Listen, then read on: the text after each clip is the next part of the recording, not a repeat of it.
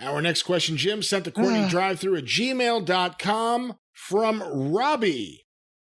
Dear Mr. Cornette, big fan of the show.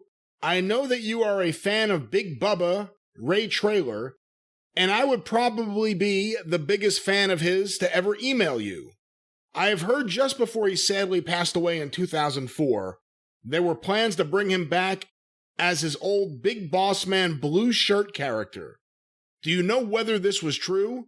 Also, any other Ray Traylor stories would be appreciated. God, I don't know whether there were plans or not.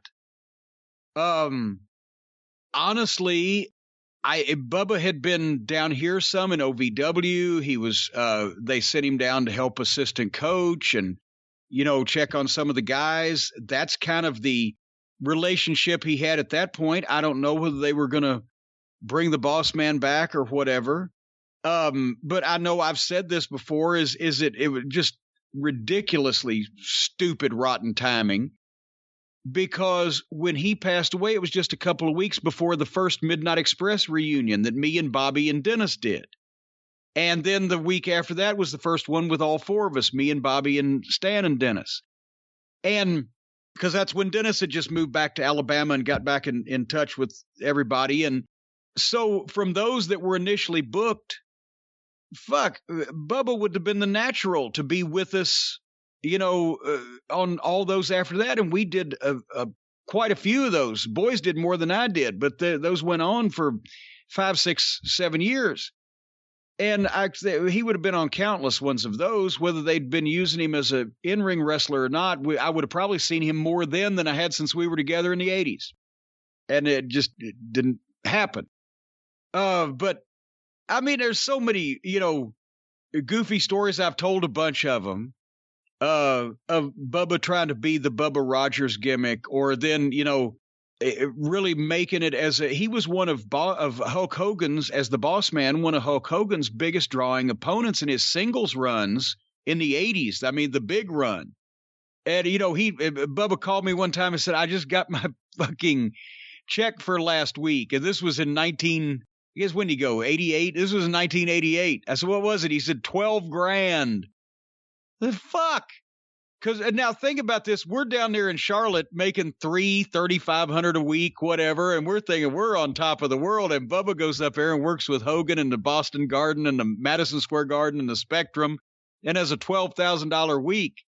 And that would be what today, since from 1988, somewhere around 30 or 35 grand. This was, for Bubba, he was, let's see, 26 then, because he was a year younger than me. And he'd only been in the business 3 years, and he was just thrilled. He was tickled because he was like a big kid. And it was, he wasn't just about being greedy and all the money he was making or whatever, but it was like this guy from the middle of dipshit Georgia gets into wrestling business, gets, broken in by Ted Allen and, taught basically almost nothing except how to do a job and say yes, sir. And Dusty sees something in him and gives him a gimmick. And everybody in the locker room takes to him, and everybody's showing him shit from the Midnight Express to the Road Warriors to fucking the Horsemen or whatever. He becomes one of the guys immediately. Just so great to be around.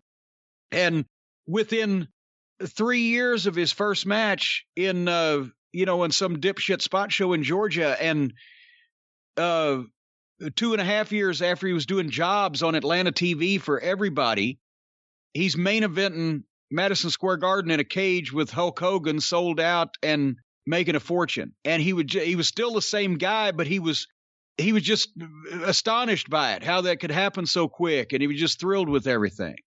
And that's, that I will tell you this, though. The reason why that he got out of the WWF in, what was that period, whenever he left in 93? 93, yeah. 93, right? Because he had come down and made some shots for Smoky Mountain. For me, as the big boss man, it works a deal with Kevin Sullivan. That's when I'd started working up there, and I asked for some dates on him, but he told me, he said he was leaving anyway, and he ended up doing it because he was convinced that Vince was going to go to prison. And also he was convinced that it was, if he was being the big boss man, and remember he was a babyface then, if he was being the big boss man in Law and Order and all that stuff, and it came out that Vince went to prison for drugs, that it would kill his gimmick if he was there. And that's why he left. I swear to God. He didn't want to be around it. He didn't want to be involved. I said, Bubba, are you sure? I said, he may not go to jail. Hell, I don't want to be around. I don't know if I've told that story. That's what he told me on the phone. I never heard that before. He had no reason to make it up. All right. But he was a country boy too, and he took the shit seriously. But anyway, I never remember anybody having a problem with Bubba, any of the boys in the business. Even Bill Mulkey, when he knocked Bill Mulkey out on TV that day, Bill didn't blame him. And that's the only time I ever saw anybody talk sternly to him, was when Dusty said, "Don't do shit you don't know how to do. Do not do shit you do not know how to do." That should be on the wall of every wrestling locker room right now. Boy, it should. It should. But it made him feel bad because he picked up this guy that's 150 pounds lighter than he was and planted him and knocked him goofy. And, you know, you were publicly chastised for doing that. And you had to apologize, even though Bill was a job guy and Bubba was being pushed. And it was a nice lesson he learned. And he never did that one thing again. It wasn't even really his fault. He just weighed so much when they hit the ring. One of the boards flapped up and hit Bill in the back of the head, but he didn't protect him well. So he never did that one thing again.